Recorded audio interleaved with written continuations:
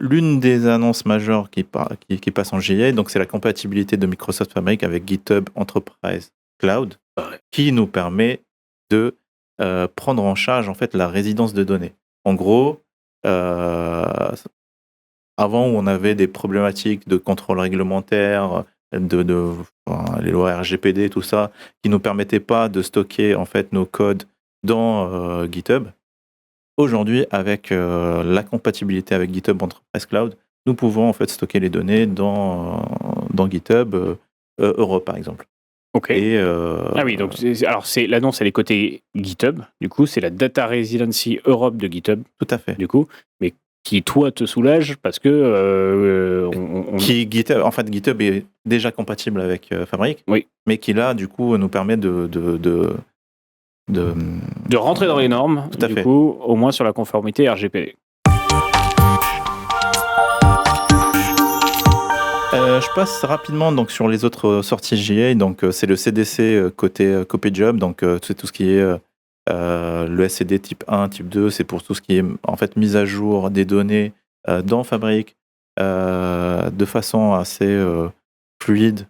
Donc on peut le voir ici. Donc c'est tu peux le mettre à l'écran, voilà, Antoine, l'incremental copy. Okay. Tout à fait.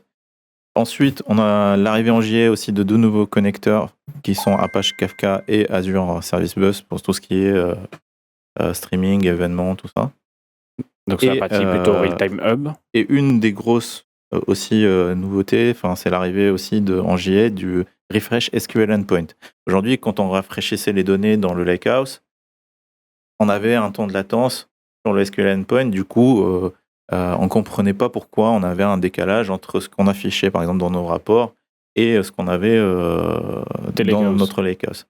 Donc, une nouvelle activité qui arrive directement. Donc, qui était déjà disponible en preview, mais qui était déjà disponible en preview. Elle était sortie il n'y a pas très longtemps, mais elle n'a pas mis beaucoup de temps pour passer en GA. On le rappelle, hein, l'importance des GA, notamment dans un monde comme Fabric, où chaque petite feature est souvent soumise à preview ou GA. C'est-à-dire que, comme on n'a qu'un gros produit, mais plein de choses dedans, il y a des choses révolutionnaires qui sortent, mais que on ne met pas en production ou qu'on n'utilise pas avec nos clients, tant qu'on ne sait pas si c'est stable et maintenu par l'éditeur.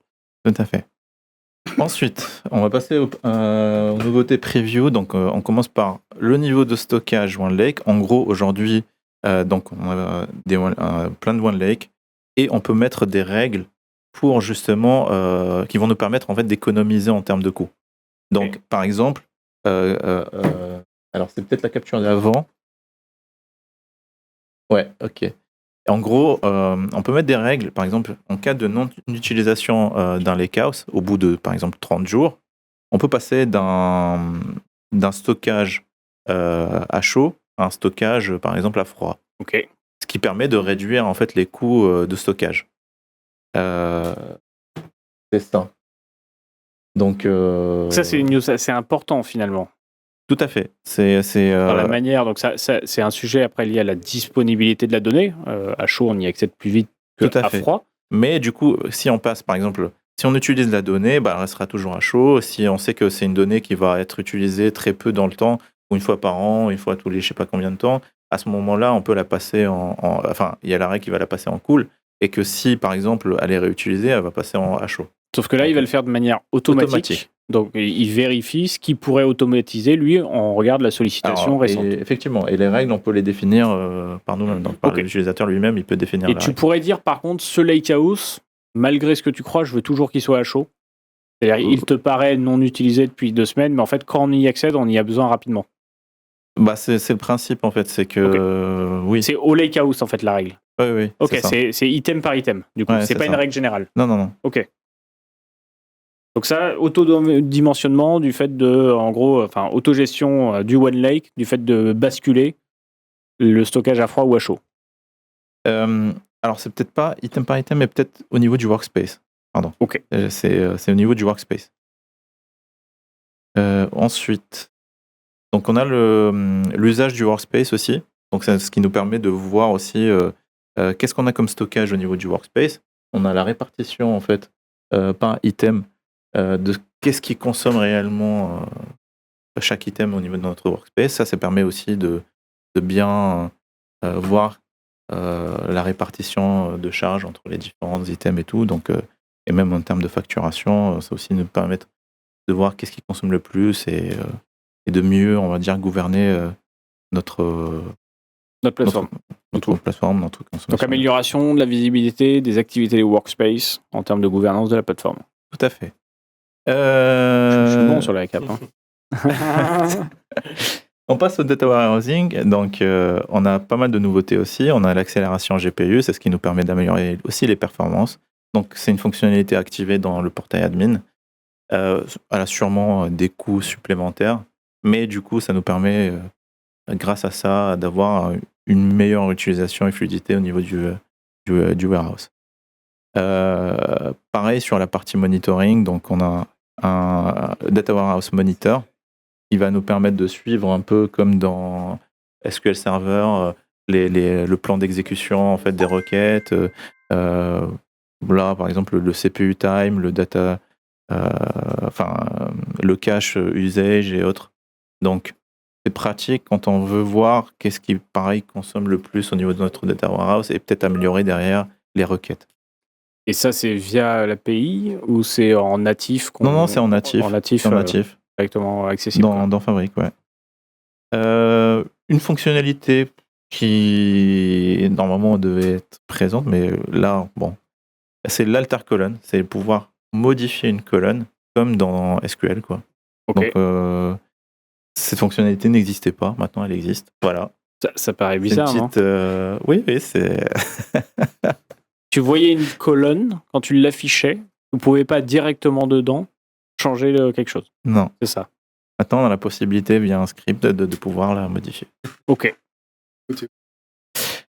Côté Data Factory, nous avons donc l'activité de rafraîchissement des vues matérialisées. Avant, donc, il fallait construire un notebook avec des lignes de code pour rafraîchir les vues matérialisées. Aujourd'hui, on a une activité qui nous le permet de le faire. Okay. Donc, c'est fluide. Et pour terminer, donc, l'une des nouveautés aussi, c'est l'approval activity. L'approval activity, c'est on a un data pipeline. On va pouvoir rajouter une nouvelle activité d'approbation par un utilisateur. Donc, en gros, on veut lancer un certain traitement de données et du coup, on peut définir un utilisateur qui va pouvoir en fait valider ce traitement-là. Voilà. Ce qui est une bonne pratique. Alors, bonne pratique, oui ou non, enfin, ça dépend. Et quand tu dis un utilisateur, c'est plutôt un utilisateur tech, dev, ou métier ? C'est un utilisateur. Ça peut être. Parce que ça, c'est souvent une demande, c'est que le métier puisse des fois vérifier des intégrations, des choses comme ça. Ça va être à ce moment-là ? Alors là, c'est on va la définir à une étape précise. Ça peut être en amont, donc de l'exécution du pipeline, pour dire, avant d'exécuter, j'aimerais bien quand même notifier et être approuvé par telle personne pour valider l'exécution de ce pipeline-là. Ça évite en fait de lancer par erreur. C'est une sécurité. C'est une sécurité en plus. Ah oui, c'est ça. On veut sortir les chiffres officiellement, là, un peu la grosse annonce, avant de les lancer. Est-ce qu'on est bon sur tout le reste ? Et par exemple, ouais. En mode un peu showman. Donc, voilà. Ta top features dans tout ce qu'on se dit, c'est quoi ton coup de cœur ? Moi, je dirais c'est la sortie en JA de GitHub Enterprise Cloud. Ouais. Et alors, et c'est vrai, et j'apprécie que tu le fasses aussi, Raled, parce que il y a trop de JA, donc on n'a pas le temps de les citer dans les têtes dans le cloud. Mais c'est, encore une fois, je reviens dessus, c'est pas anodin le passage en JA. C'est l'utilisation officielle de la feature, ce qui peut-être, nous vend du rêve quand elle est annoncée, qu'on a envie d'utiliser dès que possible parce que ça change le métier, mais qu'on ne peut pas se permettre de mettre en production. Tout à fait. Donc là, avec la disponibilité de cette fonctionnalité-là, donc on peut mettre en production. On a Azure DevOps, on a GitHub, voilà. On a et la data residency de GitHub, notamment sur des sujets data, est un enjeu énorme. On nous a pas mal challengé sur la data residency de Claude dernièrement, et pas encore en Europe. Sur GitHub, c'était attendu par pas mal d'entreprises, en effet, pour éviter de justifier des flux de données hors territoire européen. Sinon, on est obligé contractuellement de se mettre en conformité d'un point de vue RGPD dès qu'on a du traitement de données à l'extérieur. C'est ce sujet-là, pour la RGPD. Alors que quand c'est en Europe, on doit s'assurer que ce n'est pas de la donnée personnelle, d'avoir le l'accès juste au bon moment, à la bonne personne, etc. Toutes ces règles-là, mais on n'a pas en plus le côté juridique de justifier pourquoi je traite de la donnée à l'extérieur. Donc c'est quand même assez important, cette annonce de la data residency sur GitHub. On va terminer sur ces derniers sujets. Je te remercie, Khaled. Merci à tous. Alors,